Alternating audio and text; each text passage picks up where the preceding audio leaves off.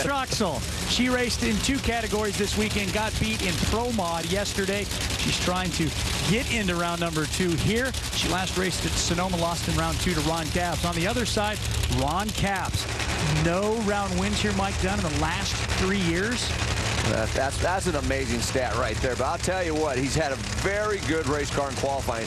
The most consistent fuel car on the property right here. Went down the track pretty much every single time. He had one run where he got into trouble way down track. That Napa car has been running very well. Melanie Troxel brought on Richard Hogan to work with Lance Larson to get some of that consistency in that race car and a little bit more performance. It looks a little bit better coming out. They've still got a little bit of work to do, but the track conditions are very good, and I wouldn't count out Richard Hogan and Lance Larson. Sean Medlin, Ed the Ace McCullough, the winningest funny car racer. Good job on that Napa car.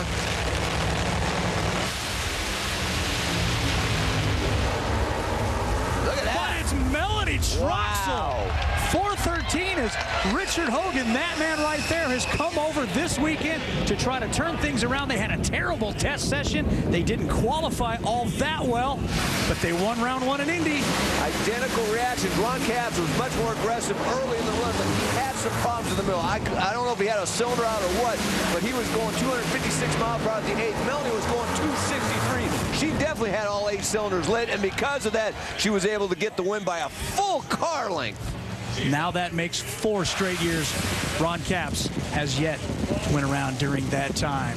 Melanie Troxel, she'll be popping out of the top of that car very shortly. Let's check in down at the far end with Gary Gerald. With Melanie Troxel, with Ron Capps, who's graciously come over. How satisfying was that first round win? Oh boy, I tell you, you can't imagine how much we needed that round win. I mean, this is a team that's gone through a lot of change this year. We've come out with a new team and struggled. Ran good early on, but struggled since then. So we brought Richard Hogan on to help Lance Larson. Can't say enough. We knew we were right on the cusp of figuring things out, and we really need to do this for the companies like In-N-Out Burger, Red Line Oil that stand behind us. We're going to run all the races next year, so we're gearing up and getting ready for that. So we're happy with this, absolutely. Thanks, Mel.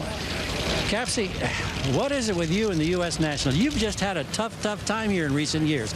Can you put your finger on anything? No, you know, it's just, it really is another racetrack. You know, it's just we were a little soft.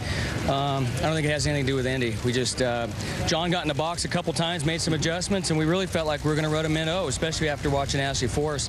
But it left and got about 100 feet, and the Napa car just inside the car, clutch dust everywhere. So it just mowed through the clutch, and that killed the ET. And, you know, it is what it is. Now everybody's been hyping it up. Now we got to go get our act together and get ready for Charlotte and start to make a comeback. Thanks. The emotional roller coaster of Indy, from the highs to the lows.